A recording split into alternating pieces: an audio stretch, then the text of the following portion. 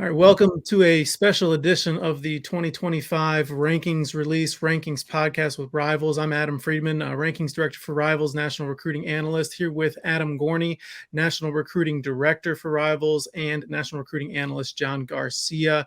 Elijah Griffin stays at number one in the latest release of the Rivals 250 for the 2025 class. A really special prospect. John, I know he's somebody you followed very closely throughout the process. What are your overall impressions of Elijah Griffin so far, and why did he stick at number one there?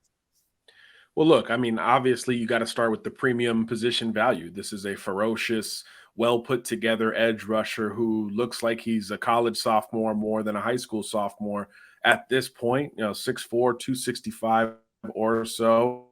The first step is requisite for a smaller guy. It looks like he moves a little bit more swiftly than you would expect given his great frame, but he can work inside just as well. So I just think he provides a lot of modern pass rushing tools and that positional versatility that you want in a franchise player, defensive lineman, face of the program kind of guy. So just really no reason to move him off of that perch, at least at this point, because he feels like one of the safest bets, but also obviously plays that premium position. Yeah, and there's a few other guys who I think could challenge for him down the road, but they've got a little bit more development to undergo over the next few years. Adam Gorney, I know we've talked about this a few times, but a guy like David Sanders or a quarterback like Bryce Underwood, a few other premium position players there. What do you need to see out of those guys to try to maybe jump Griffin in the next update? Yeah, Sanders is a guy I loved for a long time. Definitely a guy that reminds us of other guys from North Carolina who have been elite offensive tackles in years past. He's a big athletic guy. But if you're going to name an offensive tackle number one, you're basically bucking NFL draft number one history. 24 of the last 26 number ones have either been quarterbacks or defensive ends, all of the last 10. So if you're talking about, the last decade of NFL drafts, number one picks are all quarterbacks or all defensive ends. But he is a very talented guy who can definitely make a lot of impressions there as the number one player in the country. I think as we look through this quarterback class, KJ Lacey is a guy that's going to continue to move up and could end up as the number one quarterback in the class. There's no guarantee about that. Bryce Underwood is a very talented quarterback as well. I think George McIntyre will be in the conversation there. But I don't think any quarterback right now is a screaming number one in this class like years past. And so right now we're favoring Elijah Griffin, but obviously as the 25 class still has more than 2 years until signing day, they have a lot of time to figure things out. Yeah, that's kind of my next topic that I want to tackle here. These other five-star candidates, particularly at quarterback, but there's some receivers out there who are really special. This offensive line class looks a lot better in 2025 than in the 2024 class. And there's a few cornerbacks as well who I could see ending up in the five-star ranks. Is there anybody out there, Gorney, we'll stick with you there, that screams, hey, probably a five-star in the next update? Yeah, and you talked about the wide receivers, and we saw a few of them at OT7, Winston Watkins, but DeCorian Moore is really the one that stood out the most there. He had that one-handed grab that was like the catch of the offseason. Just a phenomenal athlete and player. But as you go down this list, I think Caleb Cunningham is another wide receiver that's going to draw a lot of attention. Talon Taylor doesn't scream five-star to me right now, but he's a very talented player. Jamie French could be a guy that moves up very quickly. And then a lot of people are talking about guys like Adrian Wilson, Donovan Olugbodi, who's not a phenomenal athlete, but just constantly gets open and will have a lot of catches in his career. So I think those are some of the wide receivers that could stand out most. Lacey is a guy that I think probably is a 5 now. We've moved him up a whole lot, and we will continue to if he backs up his play on the field. Micah Dubose is a big-time offensive lineman that everybody is trying to flip. Naeem Offord's a guy that we haven't seen a ton, but we love on film. And then if we're going to talk about five-star running backs, which we've sort of hesitated away from because of that NFL draft stuff, Jordan Davison would be the guy who does it. He was phenomenal on basically the best high school program in the country. He was their lead running back with over 1,200 yards last season. So he's a guy too that we should watch. And then you go down the line. I think it's pretty heavy across the board. Defensive back, wide receiver, quarterback, very strong in this class. Yeah, definitely. John, I know that there's a few cornerbacks that you've had your eye on for some time, particularly a guy like Chris Ewald, who's a Rivals camp alum. He kind of burst onto the scene at the Rivals camp in Miami a few years ago, the Michigan commit, longtime Michigan commit. What are your thoughts on his potential as a 5-star? Yeah, I think he brings just about everything you would ask for to the table. He's sitting right there at 6 foot, maybe closer to 6'1". After seeing him again at OT7, he was this lanky, skinny kid, but now he's filling out a little bit as you would expect as an upperclassman. And my goodness, nobody gets better practice reps every day covering Jeremiah Smith, JoJo Trader, and those guys at Shaman on Madonna, and it's starting to come out positive on his end, against those guys, and we're seeing it elsewhere to the point where, as an underclassman, didn't see a lot of balls his way at OT7. You just didn't notice him very much because quarterbacks were shying away from him. So he has the speed, the length, and obviously his technique has come a long way in a short amount of time. So he's sort of hitting all the boxes there that we look for at the cornerback spot. And that's tricky because, as you get longer, you start putting on weight, you start to wonder, hey, does he still run well? How fluid are his hips? But those questions are being answered, emphatically by Ewald every time we see him.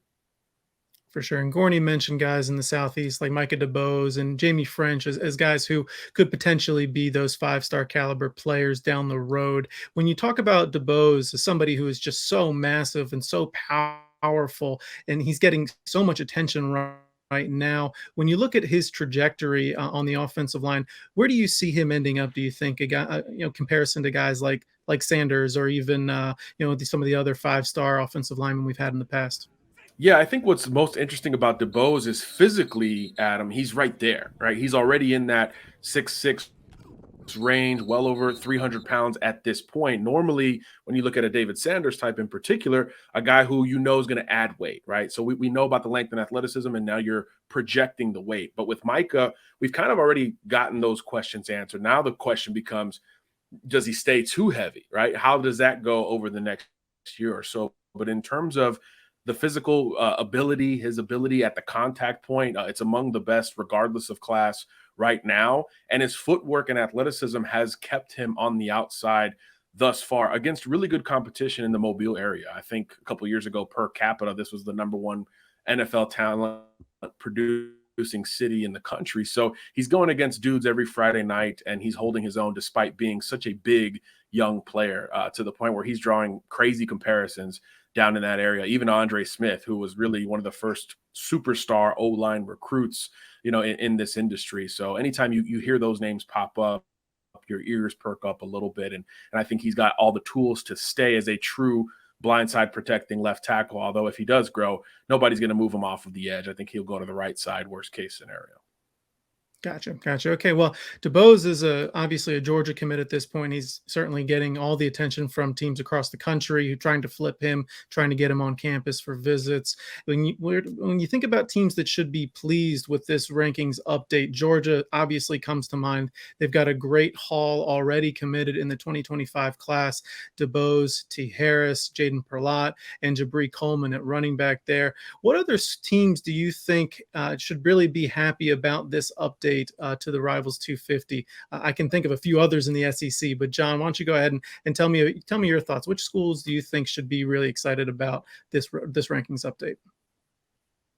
Well, if we're talking going back to Dubose here, if there's a school that's going to flip them, there's a sense that Alabama could be the program in the driver's seat, and naturally their class is looking really strong. There's the in-state crop in 2025 there is really elite. We've talked about KJ Lacey, who they're going to try to flip from Texas basically all the way through. And then they've got the reigning, Mr. Alabama committed in Ryan Williams, the wide receiver, who I believe is #1 for us, just kind of does every single thing you ask for very well. So Alabama's class is off to a heck of a start. When you bring up Turbo Rogers last, that's a really good class. Turbo Rogers could be a top 100, no doubter, Tyreek Hill, home run hitter. So I think Alabama's built a heck of a foundation, and there's more volume there than we're used to seeing. Nick Saban used to play the long game, but as you see, as he modernizes, things are catching up quickly there, and they're off to a strong start. Yeah, Adam Gorney's kind of the same question here. There's a few other schools that I think are off to a good start, but I know there's some that have caught your eye as well at this point, not just in the SEC, but around the country as well. Yeah, I mean, if you start at the top, it looks like Elijah Griffin is, I don't want to say a Georgia lock, but looks pretty strong to them. He showed up to the National Combine 2 years ago, actually, now in a Georgia sweatshirt. So he's an in-state kid. I don't think he gets very far. And those guys Kirby wants, he's going to get. I also think a team to watch here is Ohio State. Devin Sanchez is very high on them. Douglas Utu has already visited. I would not be surprised if they're involved with other guys. Jordan Davison has talked about wanting to be like Ezekiel Elliott there. So there are definitely guys down the line. But back to Georgia, I think Zayden Walker looks good for them, if not for Florida State. And then USC will get their guys. Dijon Lee looks like a guy that's going to go to USC. They've been recruiting better. Jordan Davison has a possibility of going there too if he doesn't end up at Ohio State and Georgia. So I think that's where we start. Those are the teams, pretty much the teams that have always done well, at least over the last decade, will continue to do well in this class. Yeah, shocking, right? Yeah. You mentioned Ohio State, Tavian Sinclair already on board, Jonte Gilbert, they're working hard to keep him on board. And Clemson is obviously off to a great start right now as well, which is a little bit out of the norm for them. This is a little bit faster for start for them. Gideon Davidson, Rivals 250 running back, and Blake Hebert, a fast rising quarterback out of the Boston area, jumped on board just a few weeks ago. And definitely Penn State, I think, too, should be mentioned here. They've got a few big-time players already on board. Keandre Barker, Jalen Matthews, who I think could really push his way up the rankings as time goes on, along with a long, talented defensive back in Omari Gaines. Don't sleep on Tennessee either. I think they've got potential here to be involved with a lot of the players we've already mentioned, and they've got Shamar Arnaud already on board as well. Looking forward to the next rankings update, though, here in August, right before the season starts. I believe the season starts August 18th. A huge matchup: Buford hosting Baltimore St. Francis Academy. We'll have to place some predictions for that matchup down the road here. But there's a few players who I think could push their way up the rankings before that next update. Anybody that comes to your mind, Gorney, real quick, about who could maybe pushed into that top 50 or maybe even top 25 of the rankings?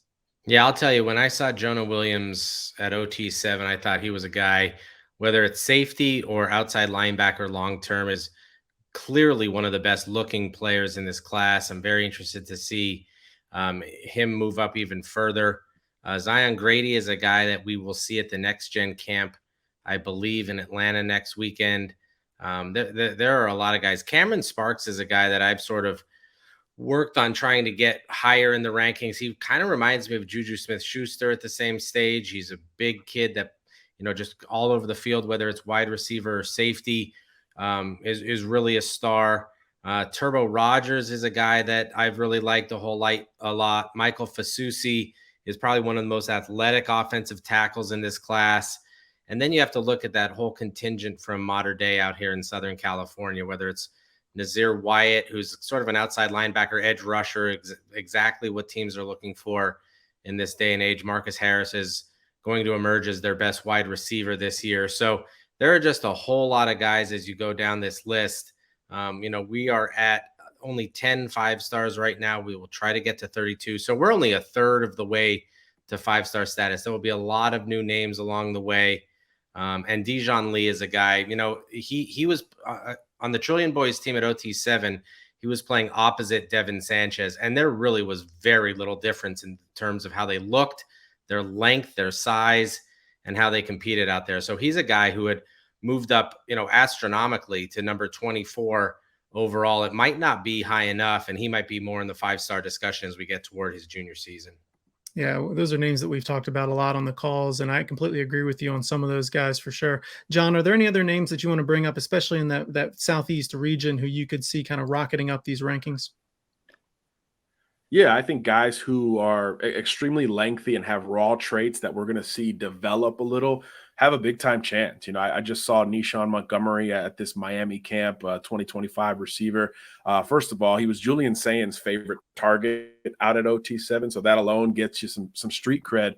But let me tell you, he's got this smoothness about him at 6'1", skinny, 170 or so, but he just gets open. He was working against a couple upperclassmen at this event, and it just sort of looked easy for him. I mean, I don't want to throw out a Devontae Smith comp, but he has that sort of smoothness in his game. So I could see him continuing to climb within the top 100 and maybe even higher. And then I'll go further down the list. I think Amari Williams is a guy that we need to get a closer look at. He's up at Palm Beach Benjamin, 6'5", 215, and he runs an 11 flat in the 100-meter dash. I mean, he's just a freaky edge prospect from the South Florida area that is just sort of playing everywhere. So once he figures it out, gains some good weight, I think he could be, at least athletic profile-wise, sort of a no-brainer top 100 recruit when all is said and done. But there's no doubt there'll be more prospects like that emerging here over the next few months.